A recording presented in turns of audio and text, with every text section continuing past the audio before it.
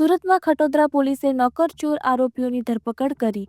ખટોદરામાં કાપડના કારખાનામાંથી delivery man સહિત 2 આરોપીઓએ 18 લાખથી વધુ કિંમતના કાપડની ચોરી કરી હતી. સુપરવાઇઝરે રંગે હાથ પકડી પાડતા મામલો પોલીસમાં પહોંચ્યો હતો.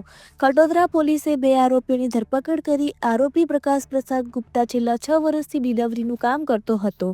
2 વર્ષ પહેલા કામ છોડીને ગયેલા નરેન્દ્ર મિસ્ત્રી નામના આરોપીની સાથે મળીને ચોરી કરતા હતા. પોલીસે બંને આરોપીઓને 9 લાખથી વધુના મુદ્દામાલ પકડી પાડી કાર્યવાહી હાથ ધરી.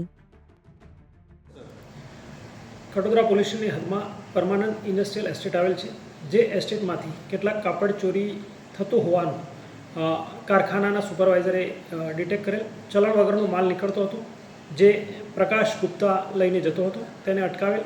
ત્યારબાદ ખબર પડેલ કે આ માલ ચોરીથી જાય છે, જેથી તેણે એના માલિકને જાણ કરેલ.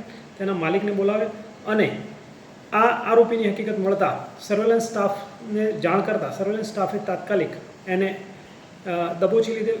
ત્યારબાદ ઘનિષ્ઠ પૂછપરછ કરતાં સામે આવેલ કે તે 2-2.5 વર્ષથી આ રીતે નાનો છૂટક ચોરી કરતો હોવાનું કબૂલેલ છે. આ માલ આ જ ખાતામાં અગાઉ નોકરી કરતા નરેન્દ્ર ઉર્ફે ભાવેશને મદદથી માલ બહાર સગેવગે કરતો હતો અને અંદાજિત 17 થી 18 લાખ જેવી ચોરી કરેલી હતી, જેમાંથી 9 લાખનો મુદ્દામાલ પોલીસે રિકવર કરેલ છે. કાયદેસરની કાર્યવાહી કરેલ છે અને હાલ આરોપી રિમાન્ડ પર છે.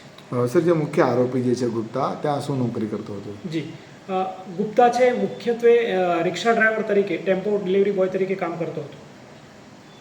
સર, કેટલાનો માલની ચોરી થઈ હતી અને કેટલો રિકવર થઈ ગયો છે? જી, અંદાજિત 17 થી 18 લાખની ચોરી થયેલાનો અત્યારે ખુલેલ છે, જેમાંથી 9 લાખ રૂપિયાનો મુદ્દામાલ કવર કરેલ છે.